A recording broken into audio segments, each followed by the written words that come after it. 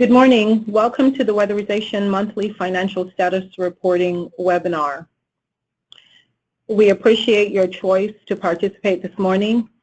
Some of you are sitting in for the first time. Others of you are sitting in for a second time, or maybe you will be hearing the information presented here this morning for the third time. And for you, we hope to offer even more clarity than we did in the first session, the first time we presented, or the first webinar. By the way, this is Debbie Smiley, and I just want to give you a quick breakdown of how we will proceed with our presentation this morning. Well, first, let me say that the webinar is designed to introduce you to the program improvements to the financial and production reporting process for the weatherization program. This change represents a major change to the previous reporting requirements, and that's why we've had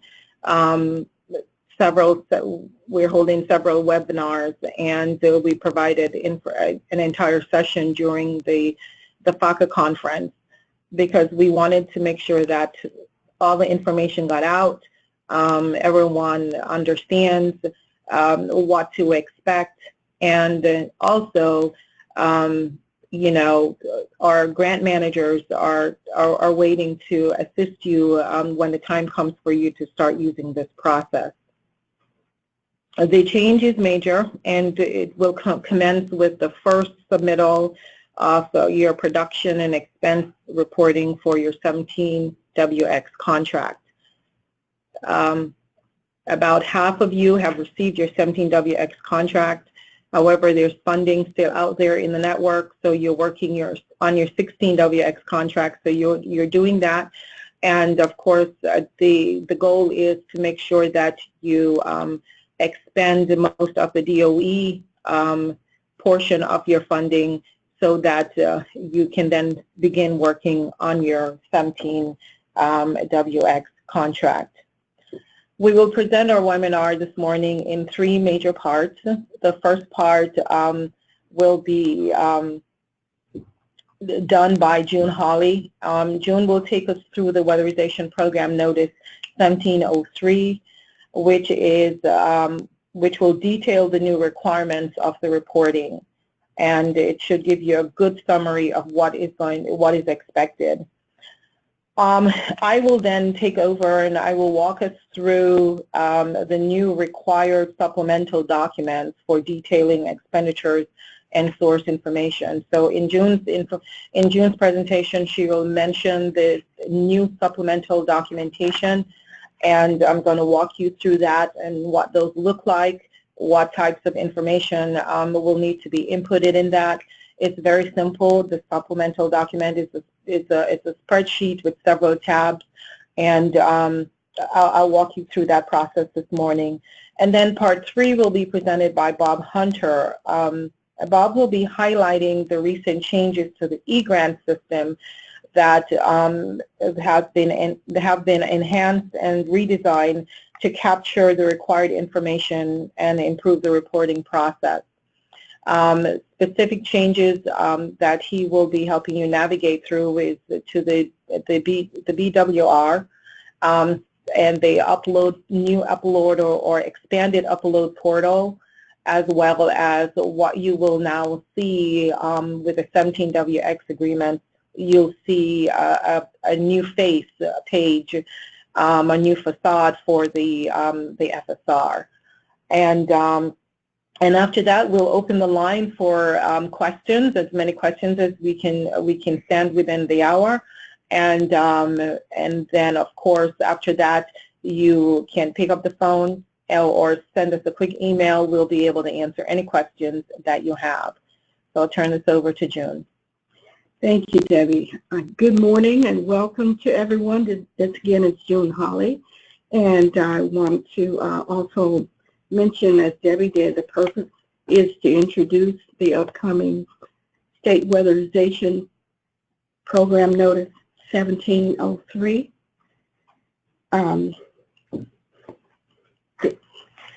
Okay, the program notice basically, it issues updated guidance. It supplements contract and procedures manuals that you already have, and it will require documentation to correlate with different accounting issues. Again, our purpose is, and we hope to provide a new standardized format to submit the documentation and to help to prepare your final expense reports or your closeouts. It will hopefully enable a smoother transition during your staff turnover, if there are any, and to reduce hopefully any confusion caused by various accounting programs and associated coding systems within the agency. Okay, the program notice, we're going to basically review the really the guidance and objectives first. But first I want to emphasize to everyone that the eGrants electronic system is the reporting vehicle and payment mechanism. You have to have regular reconciliation of financials and eGrants submittals, and the information has to be accurate and into the database. I do apologize for stumbling, I'm sorry. Data entry into the eGrant certifies that the unit is eligible and that the budget numbers and the period are correct and all the units are complete, and also that the post-work quality control inspection has been conducted. I wanted to also emphasize that if the information that's going in the eGrant is not correct, then everything else is not going to be correct, because that is the state invoice. And just be mindful of that. Again, we want to go over the objectives in this webinar. I want to also note the order of submission of the documentation first. That has been, as the way we're doing it now, it hasn't been really written down or finalized as to how we want the information submitted, but we do want to discuss that today. And also the contractor invoices you've been sending them on a sample basis, but you are going to be required, and we'll talk about that later, to submit contractor invoices for each one of the jobs or the jobs that are going to be submitted. We're going to put more emphasis in the monthly desk monitoring for the accountability part of our review each month. And also, I want to just note the non-reimbursement, the disallowed costs will be a major factor that we're going to be reviewing going forward. Okay. Okay. Okay, we should be on order of documentation.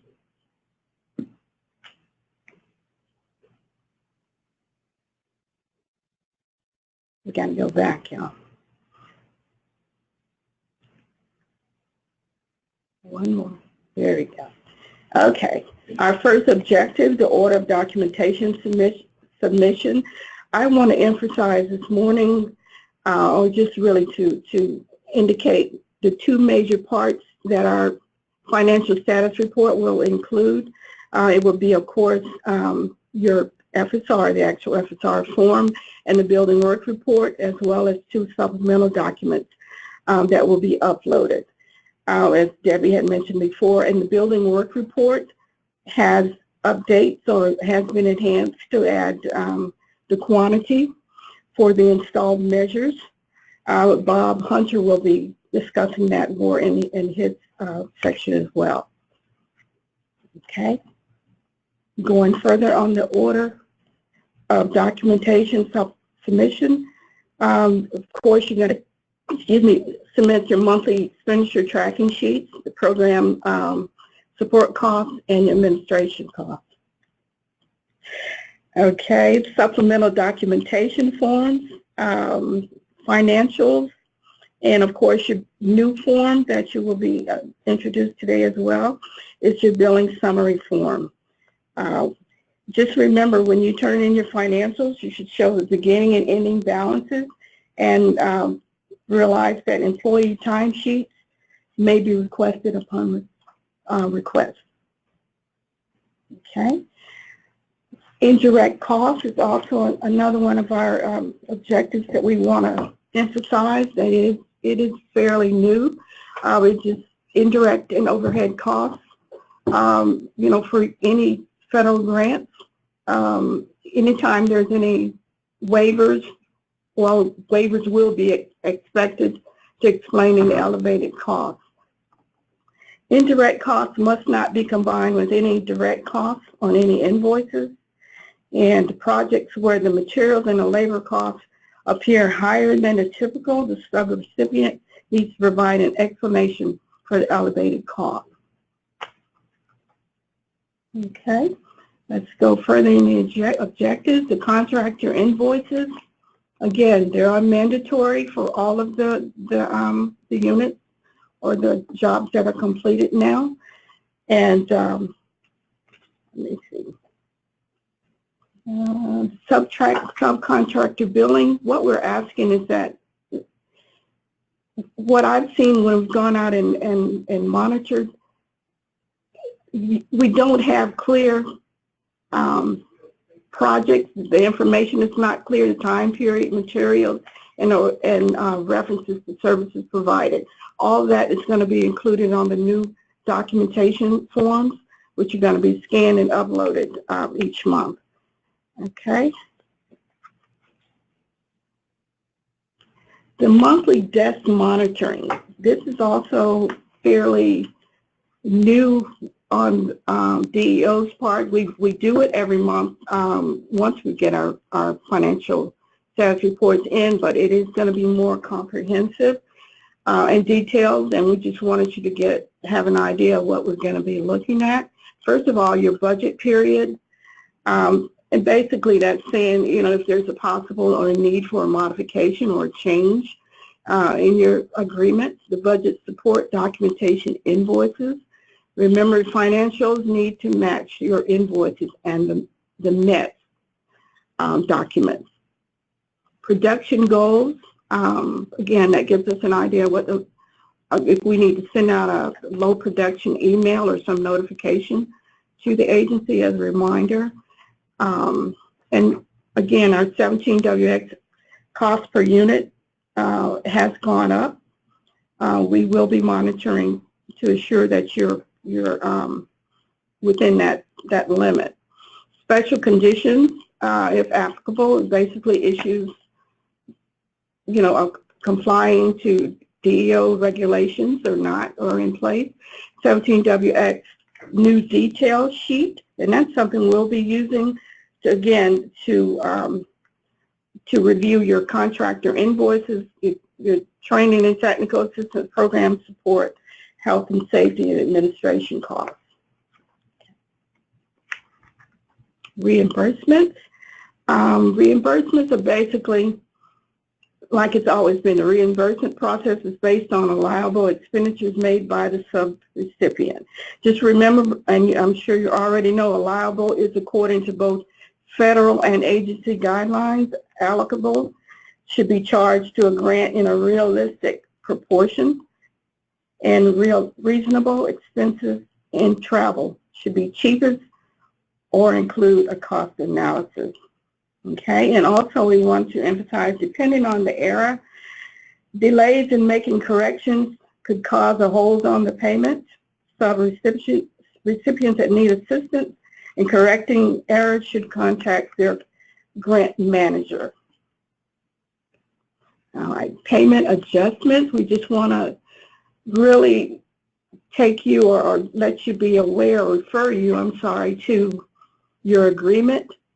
Page 11, paragraph 13, that basically reserves the right to make payment adjustments in accordance with your agreement.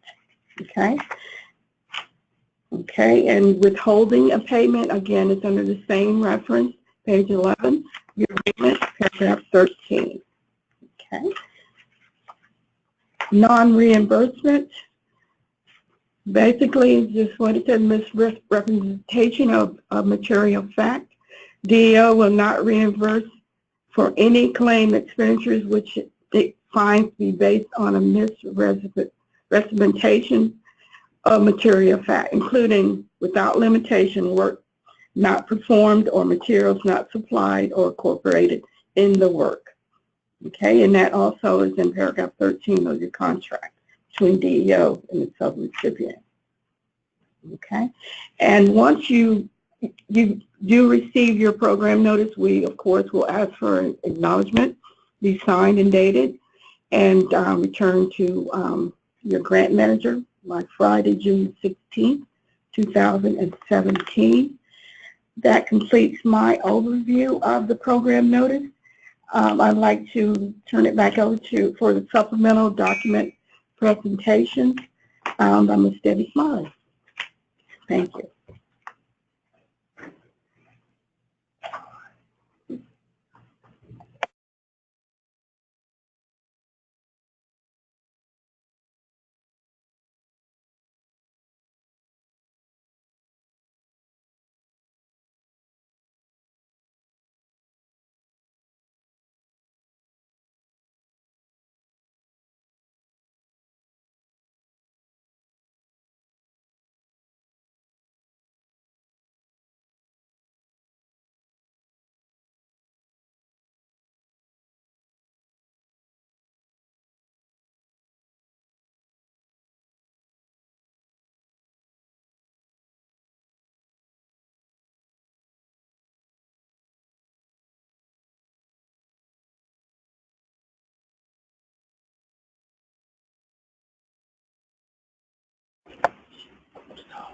Okay.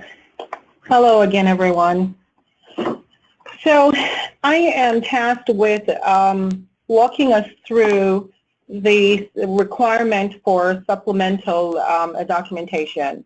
When you do eventually get Weatherization Program Notice 1703, it will require a series of supplemental documents to be uploaded via the e-grant system each month, that with data that supports your request for reimbursement and also supports what you're reporting in terms of a production unit. This document we call the Weatherization Billing Summary in totality. It is a simple spreadsheet with several tabs. I think there are a total of 11 different tabs. You would, for use of this spreadsheet, you would of course use the tabs that are applicable to the type of expenditure that you're reporting or you're submitting to DEO on any given month. The first page is the Weatherization Billing Summary, and this page is designed to capture all the cost from the other 10 worksheets to in summary. There are formulas built in to capture the total of the expenditures or the request for reimbursement that are on for your contractor, for example, or your materials and labor. So let's walk through the summary first, and then we're going to go through all 10 tabs as quickly as possible, and then we, of course, we'll answer any questions that you have later. The design of the billing summary is fairly simple.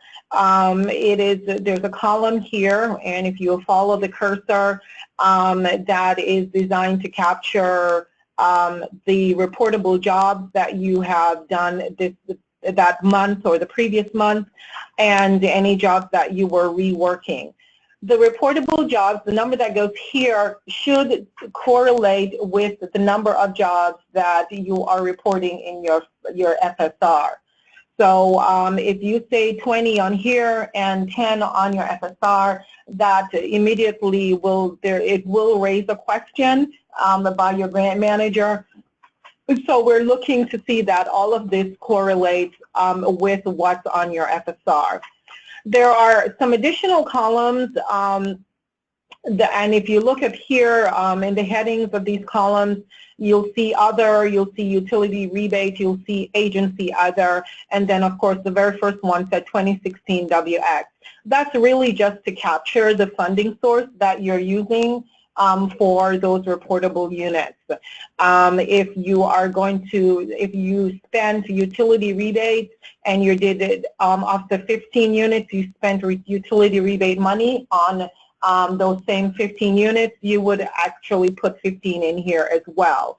And of course, when you go on down further, the costs associated with the rebate funding will be documented in the correlating columns. Let's go over to the left-hand column for just a second. In the second section of this billing summary, this just goes through all the summary pages or the detail pages in the in this workbook. These are representative of all the detailed pages that you will be going through. The invoice number, it'll say see summary tab here, and it's basically we're saying go to the tab, and that will give you the detailed information that you may be looking for regarding subcontractor expenses. For your subcontractor expenses, this third column here is designed to capture what you're charging to the 2016 grant from the summary tab here. And so this will, let's go to the subcontractor expenses real quick. So this is a subcontractor expense detail, and it's designed for you to capture the information from a subcontractor invoice that you plan on billing to DEO. By and large, information, especially the materials and labor, should roll up into, that is being reported on your BWR, should roll up to the cost here. Now, if that cost is split with other fund sources, even if you, although you're not asking DEO to reimburse you for those amounts, but you're just recording that that cost is split. And so you're just showing that information here. So if this cost is, if the cost here is split with utility rebates and other agency funding in its totality, this looks like for this one contractor invoice, you've spent upwards of about $15,000 or $16,000 if you add all three of these. Okay. So, but let's go back to the billing summary just for just a second. And of course, that the cost that you are charging to the weatherization 2017 grant or funding is a $35.28. So this is what rolls up from the subcontractor expense or detail report. Right here, this is what you're requesting. Although you spent $16,000 on this one contract, or that's the sum total of the invoice, part of it was spent with utility rebate funding and other agency funding, but the total that's eligible for DEO reimbursement is $35.28, and that's reflected here on your summary. All right. Let's see. Let's take a look at this form and see if there's anything more that these some of these rows or cells are formulaic, and they will be locked because it was just designed to receive the calculation. So those sections will be locked when you receive this document. All right, let's go through the different tabs and have a look at what's there and what it is that we're capturing on these tabs. We went over tab 2 already, and it is really designed, and this is a combo tab. This one is designed to capture the subcontractor expenses for materials and labor. You see that in this section here, materials and labor, and then you'll see over here to your right, this section is designed to capture the health and safety expenditures from your subcontractor. Okay, so that's how that is designed. Tab 2, so some of our agencies in our network are not just contractor-based. You may be crew-based or crew and contractor-based. You'll use your combo. I don't think we have a solely crew-based agency at this time. Most of you have a combo, or you're just simply a contractor-based. If you are a crew contractor-based, you may have work that your crew does that you don't sub out to a contractor. And this tab 3 is designed to capture the information regarding materials. If you worked on the Jones unit, you can assign the invoice number. Invoice number here could also be the job number for that unit, and what you're going to be charging in terms of materials for your 17WX agreement. Now, same thing again as in the contractor invoices. If you are using additional funding to supplement or leverage this unit, then we are asking you to please record that information here. It will not be eligible for DEO reimbursement. However, we can see how the units are being, how you're leveraging funding with and augmenting the weatherization work. So that is this is very similar to the subcontractor expenses designed to capture information. All right, now, and that was for materials. Now there is another tab, tab number 4, which will be should capture your crew labor information. All right, this information, as you know, is tied to your timesheets and tied to your payroll documentation. Very simple, the name of the person, the name of the position, what the hourly rate is, the number of hours spent. If you have crew, chances are you don't pay them by the unit, you pay them on payroll. So this is really linked to information on your payroll records and very easy to fill out. All right, and of course it rolls out here, and whatever is captured on the billing summary page. Health and safety. Similarly, if your health and safety expenditures, for example, you may have a contractor who may install some health and safety measures, but not all of them. You may use your crews to install a smoke detector or a carbon monoxide detector. And you're going to charge those health and safety costs. You're going to record those just differently on the supplemental document.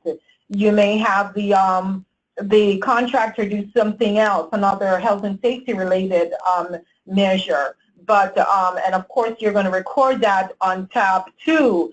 But if you have a crew person or whatever materials associated with health and safety that was done by your agency or your agency crew, that would be recorded in this tab.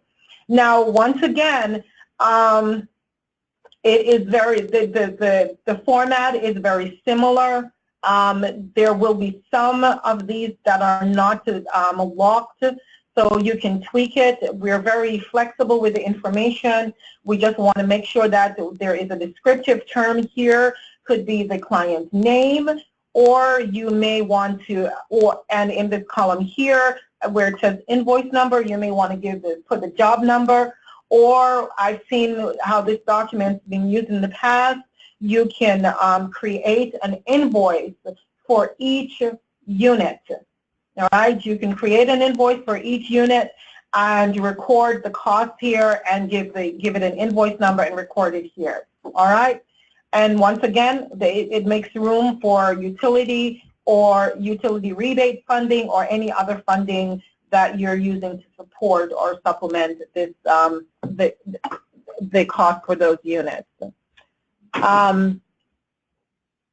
Okay, let's go to program support.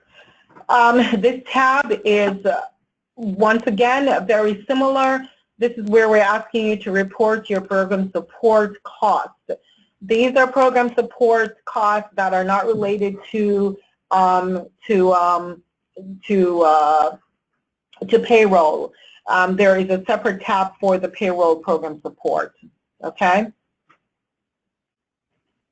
and that's on tab number 7, and here it is. Very simple. This is our goal is to simplify the process while capturing all the documentation. At first, it is going to represent some additional time on your part, some additional labor, and but I think once you get most of these filled out, you can do one for every single month. You can create a spreadsheet for each month. And have the information. I mean, if you have the same staff people, this should be fairly rudimentary. If they have a rate, because their hourly rate doesn't fluctuate unless they got a promotion and got a raise, and the number of hours, that may change, but once again, there are formulas in here designed to calculate that information for you. All right, on tab 8, administration. Direct. Any direct charges to admin will be captured on this tab. Very similar, administrative direct charges, invoice number, or whatever the transaction number can go in here as well. Where it's coded on your books can go here as well, and then the cost associated with it.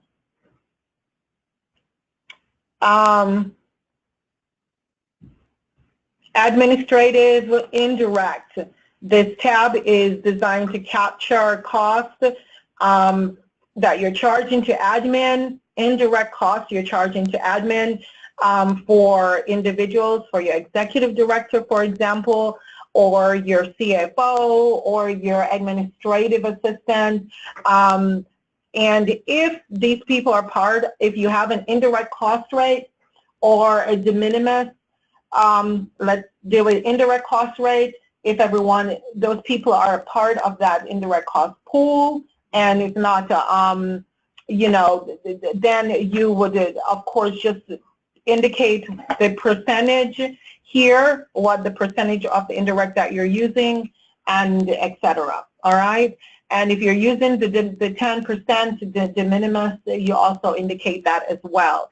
Now, of course, these will be checked. The indirect percentage will be checked. If you are using a de minimis, it will be checked because we should have, or it will be verified, I should say. We should have an approved indirect cost rate documentation here on file with DEO. Or if you're using the de minimis, there should be a letter submitted to us declaring that that is what you're using and how you're going to be using it. All right? And so this will be part of the desk review. As June said, she talked about how it will be expanded somewhat through the monthly reports and the monthly review of the FSRs. All this information will be reviewed during the FSR process. All right, tab 2 is designed to capture your TNTA information.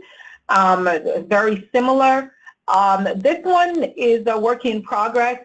We may find that we may need to tweak this particular form just a little bit to capture information, but for now, let's see how this one works. And then, of course, tab 11 is designed to capture both liability insurance and POI. You list the name of the vendor, and then also your vehicle insurance here, where you would put in the color, the year, the make, and the model, and the VIN number, and whatever it is you're paying for insurance for those vehicles, or you're claiming for that month. All right. Now, I've gone through all 11 tabs. In some cases, I went through it fairly quickly. So we will open the line after Bob takes a stab and walks us through the e-grant changes, and we'll open the line for any additional questions, and we'll try to answer them as much as we can during the webinar today. Thank you. Bob?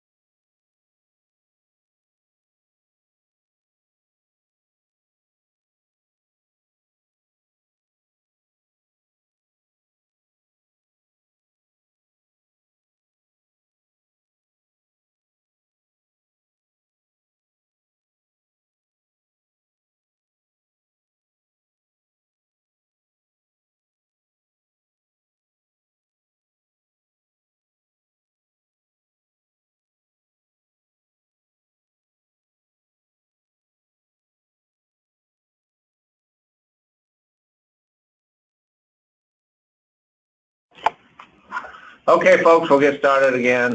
Good morning. Bob Hunter speaking. This is our beta test site, not the real system. So I'm just going to walk you through the enhancements to the financial status reports and building work reports. So,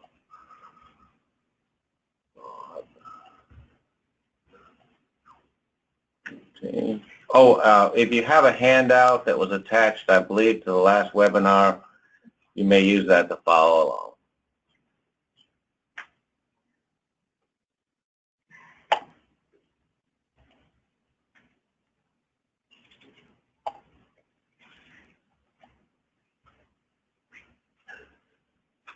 All right.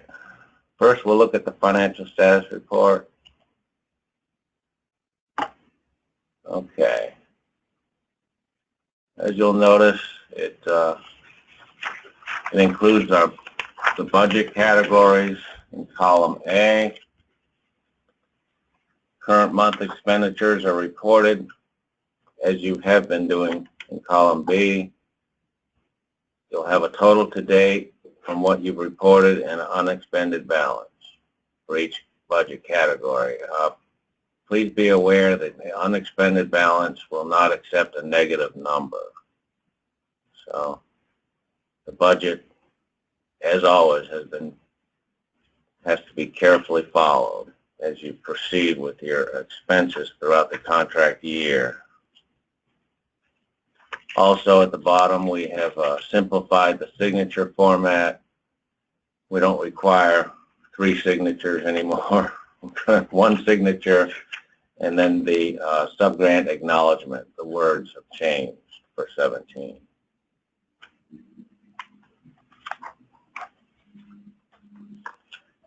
Now, let's look at the building work report.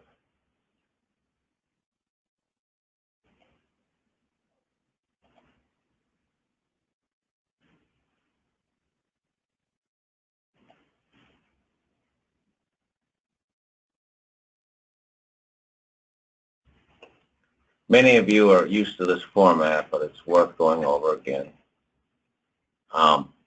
These first three tabs haven't changed, but the cost fields, as you know, by using 16WX, we've added for the materials. We would like to know the quantity of the material. For example, 2 air filters, 25 a piece. It'll roll up to 50, and then put your labor in as you have been doing. And of course, the comment box is used as you have been if something is not installed.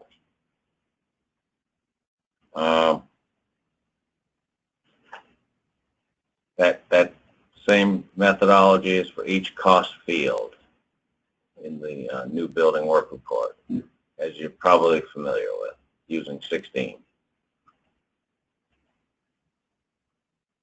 Throughout H&S tabs,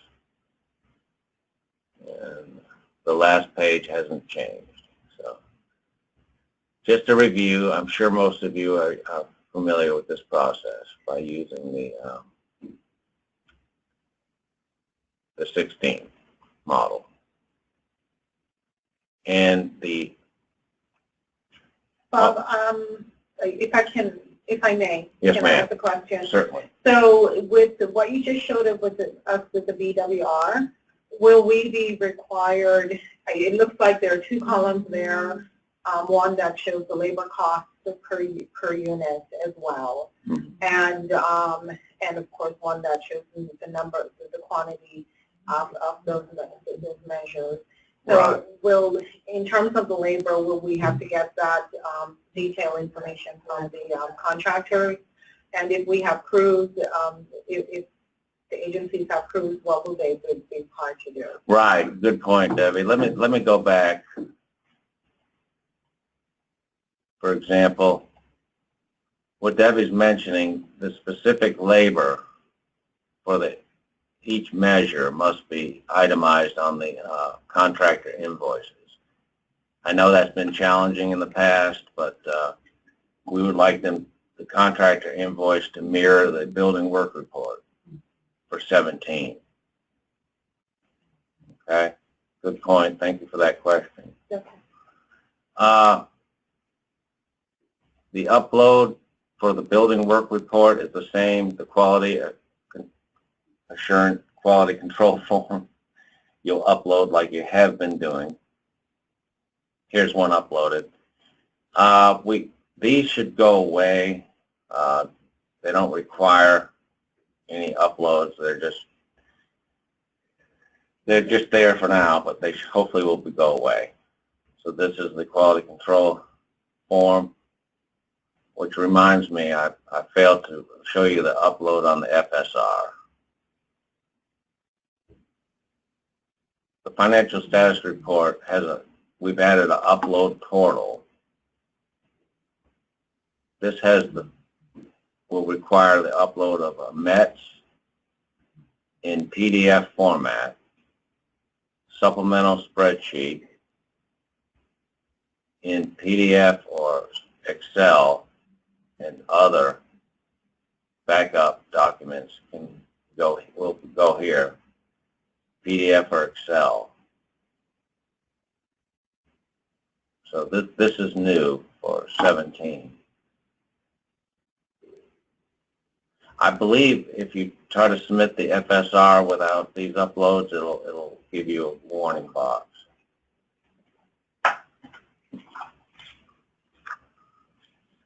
Let's see.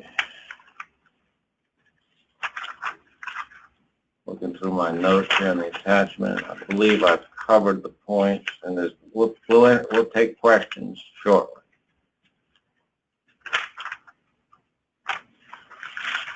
I've covered all the points on the handout, so we can now accept questions. Thank you for participating.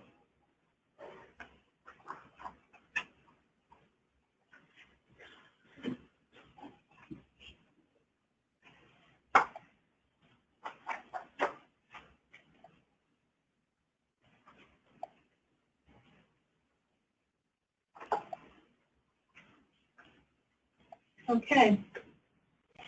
Let's take the first question. It says, at some point, can someone share the draft Excel file that this was designed from? It would be easier for some of us to plan how to fill it out in advance. Yes, Ms. Luzar, you will have the spreadsheet will be issued to the network in plenty of time to be able to practice and become familiar with how to fill out that the forms. So we will definitely intend to do just that.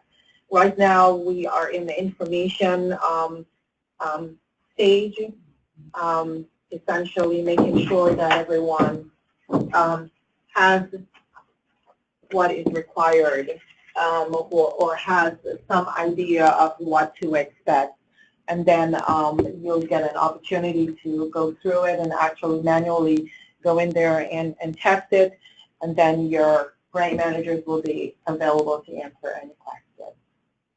A smile back to you, sir. I'll second that.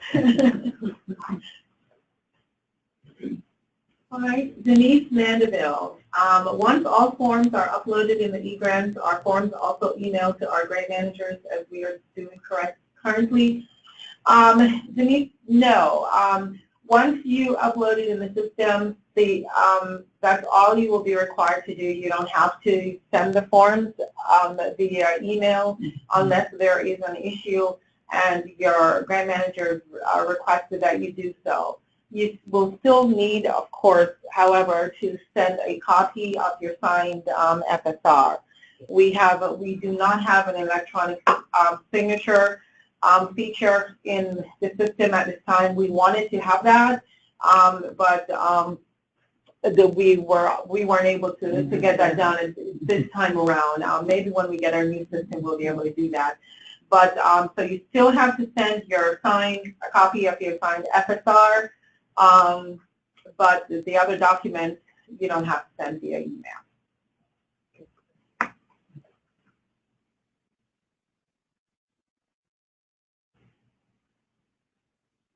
Now, I just want to take an opportunity to reiterate a couple of the questions that we did hear or we did have during the last session.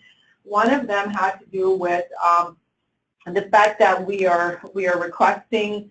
And when you get program guidance 1703, you will see that we are asking for the supplemental documents as well as the METs. And the answer to that question is yes. We do recognize that it's in many ways a duplication. But I just want to let you know that the use of the METs is being phased out. We do realize it's additional work and it's duplication. However, we haven't gotten the approval to get rid of that yet. We're going to phase it out because we just want to make sure that our use of the supplemental documents will get us all the information that we need. I think that was one, and there was something else. There was another question. What was the other one? Can't think of it now. There were two major questions that we wanted to share with you that came up last time. It was on the tip of my tongue and it just went out. I should write these things down. Are there any other questions?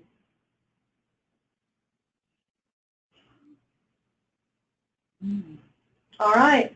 Well, it looks like we have been able to clarify for most of you who came on a second time any questions that you may have had. And please know that we are still here. There is no dumb question. We are here, stand ready to assist you, to walk through it. And we also invite you to provide your feedback. If you think that a certain format is not working and is best served another way, it may be that we can tweak it for the network. but we won't know unless you let us, let us know, and so that we can address it. During the FACA conference, we did ask for feedback, and we did get some positive feedback, especially from our fiscal people, and we really appreciate that. That helps us as well. It also helps us with crafting the program notice itself. But we're always open for any observations. Barbara, do we submit copies of checks as well as invoices, or just invoices? Just invoices, Barbara. No need for checks. You can note the check number if you want to, but at this point, we are not necessarily asking for that. Of course, you're going to be still required to submit your ledgers and your expense reports, so that will not be necessary. You got to leave us something to look at during monitoring. So we'll check that during monitoring. That's one point of a test that we can do. But that's a good question, though. Thanks. The uploading of contractor invoices, Debbie was questioned. Oh, yes, absolutely, Bob. Right. Thank you. The uploading of contractor invoices. That we talked about that in some detail. Yes, we will require source documentation, such as contractor invoices. Yes, it appears to be a duplication because we're providing a supplemental document for you to detail the information, and then we're asking for the contractor invoices. That is necessary. That is a request or a mandate per our leadership, and we need to have that, and so it has become a part of our monthly desk monitoring.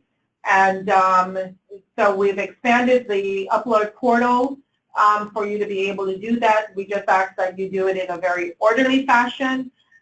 Make sure that it makes sense. And you can basically do it in the order that you have it on the supplemental document. All right, everyone. If there's no more questions, have a good rest of your Friday and a wonderful weekend. And we'll talk to you every day. Give us a call or during the next conference call. We'll talk to you then. Take care, everyone. Okay, thank you, everyone. Thank you.